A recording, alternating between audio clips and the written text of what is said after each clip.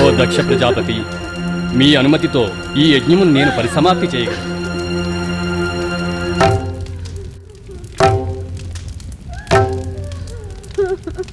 తథాస్తు, యాగమును కొనసాగించండి.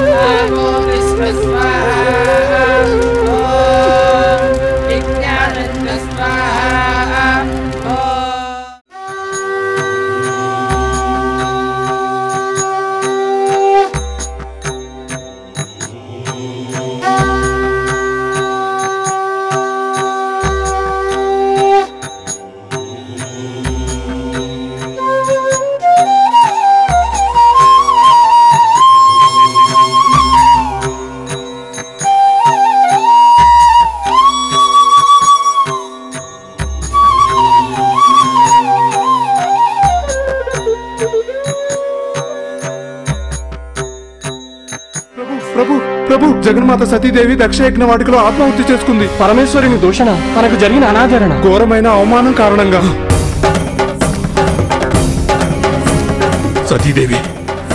సతీదేవి దక్ష దూరము, ఆత్మాహుతి ఘోరము. సతీదేవి రాదు, సతీదేవికి లేదు. ఇది దక్షుడు చేసిన తీరని అపరాధము. ఇది క్షంతవ్యము కాదు. దేవతలు మునులు అందరూ కలిసి చేసిన అపరాధము. వీరందరూ శిక్షార్హులే.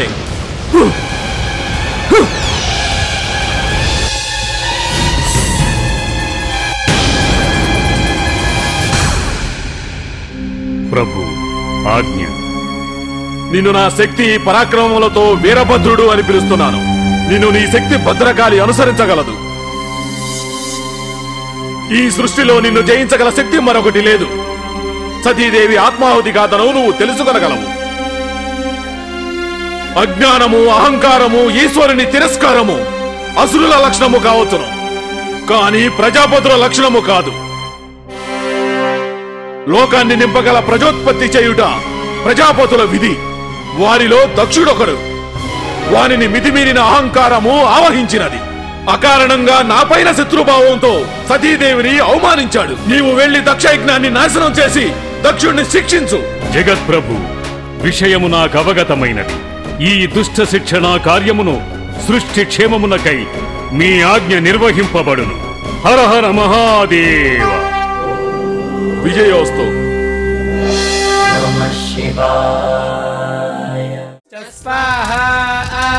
ఓం శక్పరే స్వాహా. ఓం దర్శస్తు స్వాహా. పూర్ణమాదస్తు స్వాహా. హర హర మహాదేవ. శంకర శంభో శంకర.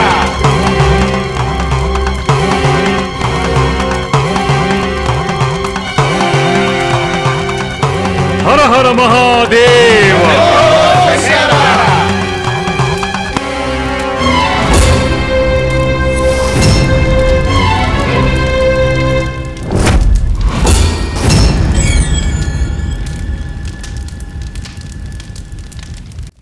ఎవరు నీవు?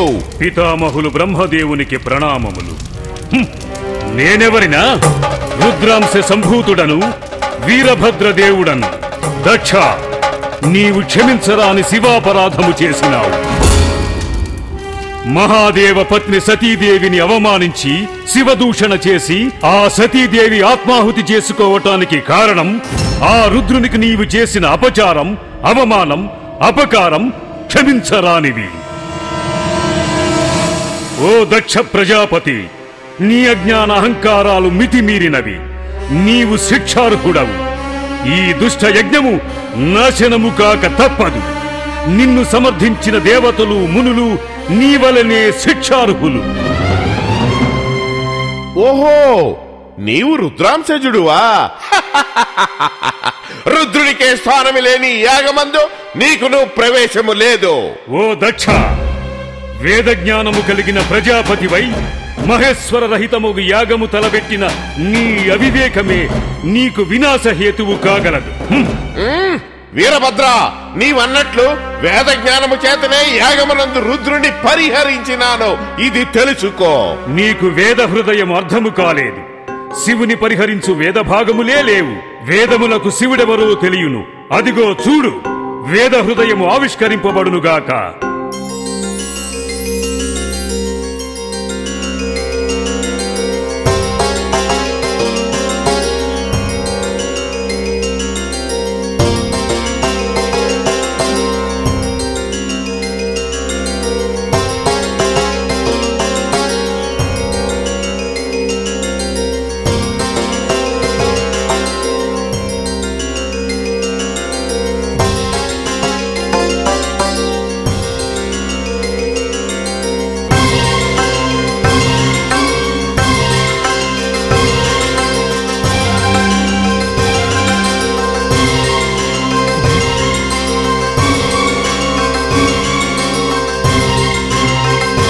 ఓయి యజ్ఞ పురుష, ఎచ్చటికి పోగలవు?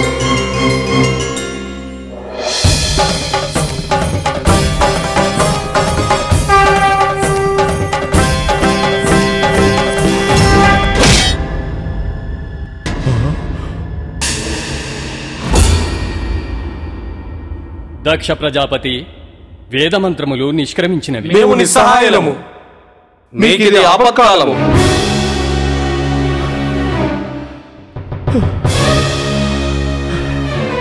వీరభద్ర, ఇది నీ మాయాజాలము, వేద హృదయము కాదు. నీవు శిక్షార్హుడవు.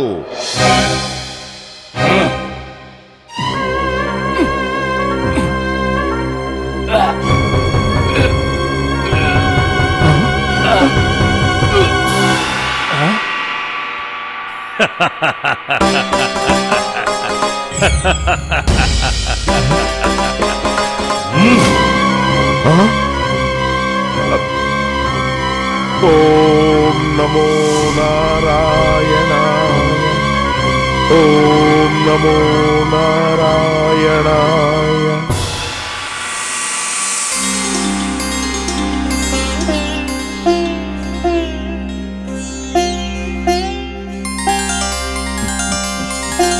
వీరభద్ర, యజ్ఞరక్షణకై దక్షుని ప్రార్థన చే నేనిచ్చట ఉన్నాను. నా విధిని నేను నిర్వహింతును. నన్ను జయింపక నా సన్నిధిలోని ఈ యాగమును నీవు భంగము చేయలేవు.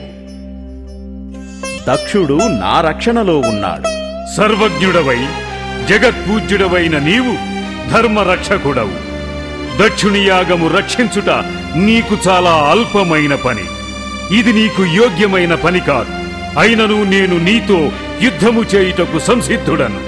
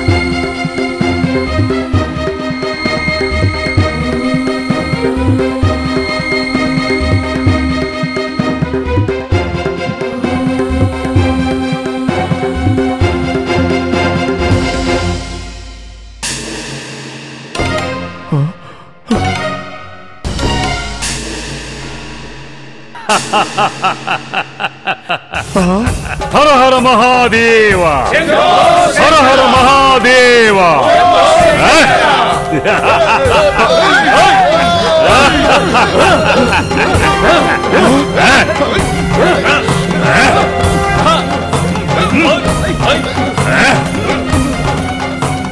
మూర్ఖ దక్ష, నీ యజ్ఞ ఫలం ఇదిగో, తీసుకో.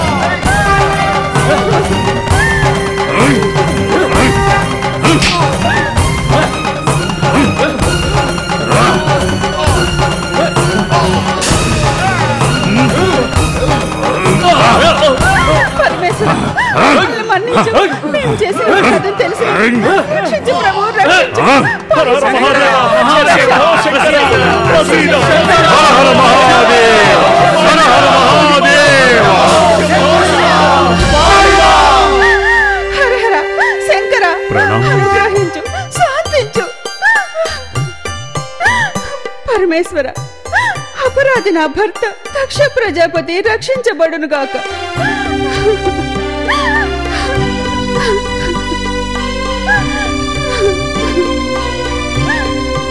ఓ వీరభద్ర, నీ కార్యము నెరవేరినది. ఇక నీవు శాంతించవచ్చును. ఈ దురహంకారి దక్షుని శిక్ష పూర్తయినది. దేవతలు ఇతడి కొరకై ప్రార్థిస్తున్నారు. సృష్టి క్రియలో ఈ ప్రజాపతులు చేయు కార్యము ఉన్నది. ఇతనిని బ్రతికించుట ఉచితము. ఓ వీరభద్ర, అహంకారమే లేని ఓ యాగ పశువు శిరస్సును వీరి శరీరమందు అనుసంధింపుము.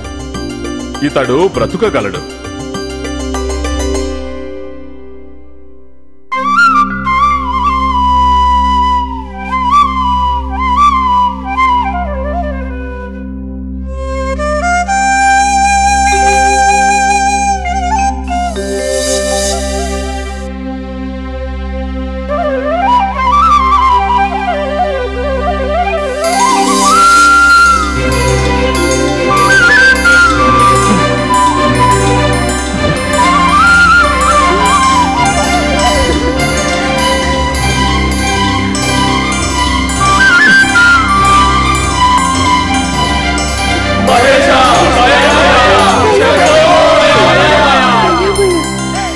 అనుగ్రహీతోస్మి, అనుగ్రహీతోస్మి.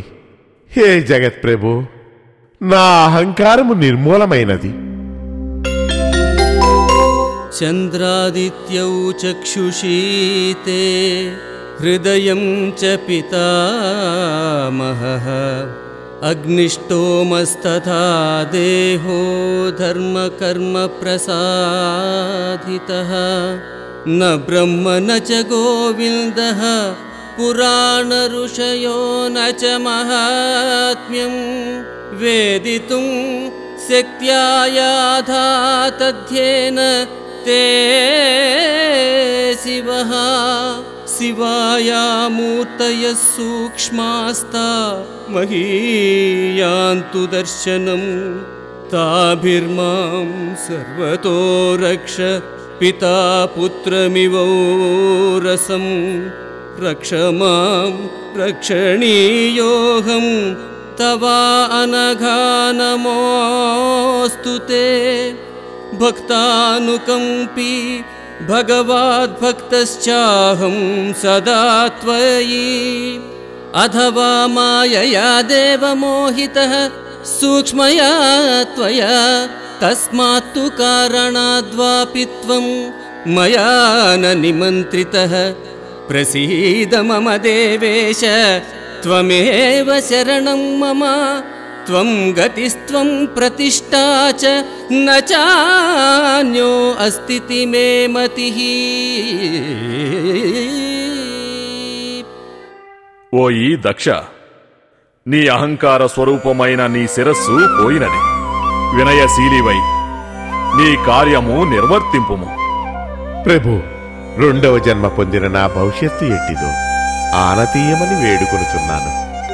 దక్ష, నీకొక భవిష్యత్తు ఉన్నది. అనతి కాలంలోనే చాక్షుష మన్వంతరము ముగియగలదు. రాబోవు వైవస్వత మన్వంతర ప్రారంభమునందు నీవు మానవలోకంలో జన్మించి ప్రాచేతసుల పుత్రుడవై హిమోత్పర్వత పాదమున ఒక యజ్ఞము చేయగలవు. మహాప్రసాదం. అందిట్టి అపరాధము నీవు తిరిగి చేయగలవు. అప్పుడు తిరిగి నాచే నీ అజ్ఞానము నిర్మూలనము కాగలదు. ధన్యుణ్ణి దేవా. పరమేశ్వర, భంగమైన ఈ యజ్ఞమును పూర్తి చేయుటకు అనుమతిని వేడుకొనుచున్నాను. అనుగ్రహించు ప్రభు. నీ యజ్ఞము సంపూర్ణమగుగాక. ధన్యోస్మి.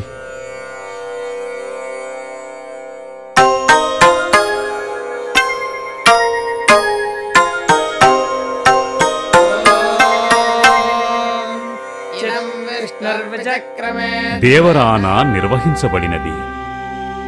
పరమేశ్వరుని ఆదేశము కోరుచున్నాను. ఓ వీరభద్ర, ఓ భద్రకాళి, నేను ప్రసన్నుడనైనాను. ఈ బ్రహ్మాండములో మీరు అన్ని లోకములలోనూ స్వతంత్రులై స్వేచ్ఛగా విహరింపగలరు. నీలోని శక్తి భద్రకాళి రూపమున నిన్ను అనుసరించగలదు. దుష్ట శిక్షణ, ఆర్తరక్షణ మాత్రమే నీ కర్తవ్యము. యోగులకు మీరు ఉపాస్య దేవతలు కాగలరు. నా తోడి మీ అభేద స్థితి లోక ప్రసిద్ధమగునుగాక. శాశ్వతులై మీ లోకమున మీరు ఉండగలరు.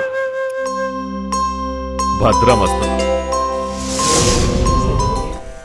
దక్షునికి దేవతలందరూ కూడా సహకారం చేయడం, భృగువు మొదలైనటువంటి కొందరు మహర్షులు అతడికి చేరి శివుడి పట్ల అపరాధం చేయడం ఈ గాథ యొక్క ప్రధాన లక్షణం. ఎందుకు ఇలా జరిగింది? త్రిమూర్తులలో చివరివాడుగా కనిపిస్తున్నటువంటి రుద్రుడు, మహాదేవుడు, శివుడు లయకారకుడు. సృష్టిని జరుగుతున్నంతకాలం అతడి శక్తి, సామర్థ్యం ప్రకటితం కాదు. కాలాంతం అయిపోయిన తర్వాత, సృష్టికి కాలం చెల్లిపోయిన తర్వాత అతడు క్షణంలో ఈ సృష్టిని ఉపసంహరిస్తాడు. అంతా కల్లోలం చేసి నాశనం చేయడం కాదు. 3వ కంటితో ధ్యానం చేయగానే సృష్టి అంతర్ధానం అయిపోతుంది. సృష్టి ఉండదు అప్పుడు.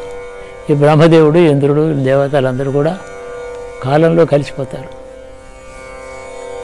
తాను కూడా విష్ణువులో కలిసిపోయి మళ్ళీ సృష్టి ప్రారంభం అయ్యేటప్పుడు దాకా ఈ త్రిమూర్తులు ఒకటే అయిపోయి, ఆ 3గా విభాగం లేదు, అప్పుడు ఒకే వస్తువుగా అయిపోయి మళ్ళీ కల్పం ప్రారంభించే వరకు అదృశ్యంగా ఉంటారు. అక్కడంతా జలప్రళయం ఉంటుంది. ఆ జలమందు మహావిష్ణువు శేషశయనుడే ఉంటాడని పురాణం చెప్తుంది. ఈ కాలం ఎంతకాలం ఉంటుంది ఈ సృష్టి అంటే 14 మన్వంతరాలు అని చెప్పారు. పురాణం ఏం చెప్తుందంటే 14 మన్వంతరాలు బ్రహ్మ యొక్క పగలు, అంటే ఉదయం నుంచి రాత్రి వరకు ఆయన సృష్టి చేసే టైం అని అర్థం. అలా అన్నారే కానీ బ్రహ్మ యొక్క ఆయుర్దాయం కూడా అంతే. అప్పుడు బ్రహ్మ లేకుండా పోతున్నాడు కదా, కాబట్టి అతని ఆయువు కూడా అంతే. ఈ విధంగా కాలచక్రం నిరంతరంగా తిరుగుతూనే ఉంది. అనేక సృష్టిలు వచ్చాయి, అనేక మంది బ్రహ్మలు, రుద్రులు వచ్చారు. అవన్నీ లైవ్ అయిపోయినాయి. అయిపోగా ఇప్పుడు బ్రహ్మగారు చేసిన ఈ సృష్టిలో 14 మన్వంతరాలు దీని పొడుగు కదా, 7 అయిపోయి ఇప్పుడు వైవస్వత మన్వంతరం జరుగుతోంది. దీనికి ముందు ఉన్న మన్వంతరం పేరు చాక్షుష మన్వంతరం. ఈ చాక్షుష మన్వంతరంలో ఈ కథ అంతా జరిగింది. ఇంకా అప్పటికి రుద్రుడికి పత్ని రాలేదు. నిమిత్త మాత్రంగా ఈ పత్ని అంటే ఎవరు? స్త్రీ కాదు, పరాశక్తి, కేవలం శుద్ధ తేజస్సు శక్తి ఆమె. విష్ణుకేమో పూర్వకల్పంలో ఈ సముద్రంలో కలిసిపోయినటువంటి దాన్ని మధించగా మహర్షి బయటకు వచ్చింది. ఆమె విష్ణుపత్రిగా హృదయం అని నిలిచింది. బ్రహ్మ పుట్టుకతోటే సృష్టించవలసిన జ్ఞానం ఉంది కదా, జీవులను ఎలా సృష్టించాలి, లోకాలు ఎలా సృష్టించాలి, ఎంతమంది జీవులు, ఏ ఏ గంధర్వులు, అప్సరసులు, దేవతలు, సురులు, అసురులు, వీళ్ళందరినీ ఏ విధంగా ఏ గుణాలతో సృష్టించాలి, ఆ జ్ఞానం అంతా ఉండాలి కదా. బ్రహ్మ పుట్టగానే ఈ జ్ఞానంతోనే పుట్టాడు. అదే సరస్వతి తన ఉద్యోగానికి కావలసినటువంటి జ్ఞానంతో పుట్టాడు. ఎక్కడి నుంచి పుట్టాడు? విష్ణువు యొక్క గర్భం నుంచి పుట్టాడు. ఆ తర్వాత బ్రహ్మ సృష్టి చేస్తున్నాడు. లయకారకుడు తర్వాత కదా రావాలి. కాబట్టి బ్రహ్మముఖం నుంచి లయకారకుడు సృష్టి అంతా ఉపసంహారం చేసే శక్తి రుద్రుడు వచ్చాడు. మరి అతనికి ఒక పత్ని కావాలి కదా, ఆ కథ ఇది. ఈ దక్షుడు కుమార్తెగా నిమిత్త మాత్రంగా పుట్టి అతన్ని చేపట్టి రుద్రపత్నిగా సతీదేవి వచ్చింది. అయితే నా కారణంగా నేను కన్నకు బిడ్డను ఇచ్చాను కాబట్టి ఇది వివాహం అయిందని అనుకుంటున్నాడు దక్షుడు అల్పజ్ఞానం చేత. తర్వాత కథంతా మీరు చూశారు. సరే, దక్షయజ్ఞంలో దేవతలు, ఋషులు, దక్షుడు అందరూ శిక్షింపబడ్డారు. అందరికీ తగినటువంటి శిక్ష పడింది. దక్షుడు శిరస్సు తీసి యజ్ఞకుండంలో వేశారు. అక్కడ జరిగింది ఏమిటి? యజ్ఞపశువుగా ఉన్నటువంటి ఒక మేక, దాని శిరస్సు ఏమో యజమాని తల అయింది. యజమాని తల ఆ మేక శిరస్సు ఎలాగ అగ్రహోత్రలో పడుతుందో అలాగ పడింది. అంటే పశువు యజమాని, యజమాని పశువు అయింది. ఇంత శిక్ష పడింది అజ్ఞానానికి. ఇంతటితో శిక్ష పడిందే కానీ భయపడ్డారు, రక్షించండి అని ఏడ్చారు. శివుడి దయతో మళ్ళీ వాళ్ళకి ప్రాణాలు దక్కాయి. భయంతో స్తోత్రం చేస్తాడు దక్షుడు, నువ్వు అంతవాడు ఇంతవాడు అని. చావు దెబ్బ తిని భయపడి స్తోత్రం చేశాడు, కానీ పరివర్తన వచ్చిందా అని ప్రశ్న. రాలేదని సమాధానం. ఎట్లాగా? శివుడు అన్నాడు, నీవు మళ్ళీ మనుషు లోకంలో పుడతావు. ఈ లోకంలో ఈ ఆయుర్దాయం అయిపోగానే మనుషు లోకంలో పుడతావు. ఇప్పుడు నడుస్తున్నది వయోస్థ మన్వంతరంలో పుడతావు. నీ సృష్టి అక్కడ చేస్తావు, కానీ అప్పుడు నన్ను మళ్ళీ ఇలాగ అవమానం చేస్తావు. నీ లోపల ఉండే నా పైన ఉండేటువంటి ద్వేషం ఉందే, అది చావలేదు, ఇప్పటికిది చల్లారింది అవమానం. అంటే దీని తర్వాత కూడా బ్రహ్మ కాలం నడుస్తూ ఉండగా ఈ వయోస్థ మన్వంతరంలో మళ్ళీ ప్రాచేస్తులు అంటారు. ప్రాచేతులు అంటే పశ్చిమ దిక్కున ఉండేవాళ్ళు అని అర్థం. మనుషులే ఆ వంశంలో పుట్టాడు. మళ్ళీ యజ్ఞం చేశాడు. ఆ యజ్ఞం ఒకటి చేశాడు. హరిద్వారం వెళుతుంటే మనం ఆ గంగకి మనం ఊళ్ళో వెళుతుంటే ముందుగా ఏ ఊటి మీద ఉంటామో దాని పేరు కనకల అంటారు క్షేత్రం. అక్కడి నుంచి బ్రిడ్జి దాటి అవతల పెడతాం మనం. ఆ కనకల క్షేత్రంలో మళ్ళీ యజ్ఞం చేశాడు ఈ దక్షుడే. మళ్ళీ శివుడిని పిలవలేదు. కానీ ఇంతలోపల ఏం జరిగింది? సతీదేవి తర్వాత పార్వతి పుట్టడం, ఆమె తపస్సు చేయడం, ఆయన పొందడం, పార్వతీ పరమేశ్వరుడు కళ్యాణం అయిపోవడం. కైలాసంలో పార్వతీ పరమేశ్వరుడు ఉన్నారు. వాళ్ళు మళ్ళీ వచ్చి ప్రత్యక్షమైనారు. ఇతడికి మళ్ళీ అజ్ఞానం ప్రదర్శించాడు. శివుడెవరు, అతడికి యజ్ఞ భాగమే లేదు ఇలాంటి. అప్పుడు మళ్ళీ శిక్ష పడింది దక్షుడికి మనుష్య రూపంలో. అప్పటికి రెండోసారి శిక్ష అయిన తర్వాత జ్ఞానోదయం అయింది దక్షుడికి. కాబట్టి మన్వంతరాలన్నీ కూడా ఒక క్రమం తప్పకుండా నడుస్తున్నాయి. ఇది ఒక ఎప్పుడో ఏదో ఎక్కడ పడితే అక్కడ ఏది పడితే అది జరిగింది కాదు. అది ఒక క్రమబద్ధంగా కాలచక్రం తిరుగుతోంది. ఈ కాలచక్రంలో ఇప్పుడు ఉన్న ఈ 7వ మన్వంతరం అంటే బ్రహ్మ ఆయుర్దాయంలో సగం అయింది. 14లో 7 అయినాయి. అంటే బ్రహ్మ యొక్క జీవితంలో ప్రథమార్థం అయిపోయి రెండో సగం ప్రారంభమయ్యే సంధికాలంలో ఇప్పుడు ఉన్నామని చెప్పి రోజు సంధ్యావందనంలో కానీ యజ్ఞకర్మలలో కానీ సంకల్పం మనం చెప్తూ ఉంటాం. కాబట్టి మనకి భారతీయ ధర్మంలో ప్రతి కర్మ, ఈ వేదకర్మలు రోజు నిత్యం చేసుకునే సంధ్యావందనం కూడా కాలచక్రాన్ని గుర్తు చేసుకుంటాం. అద్య బ్రహ్మణ ద్వితీయ పరార్థే. ఇప్పుడు బ్రహ్మ యొక్క ఆయుర్దాయంలో రెండో సగం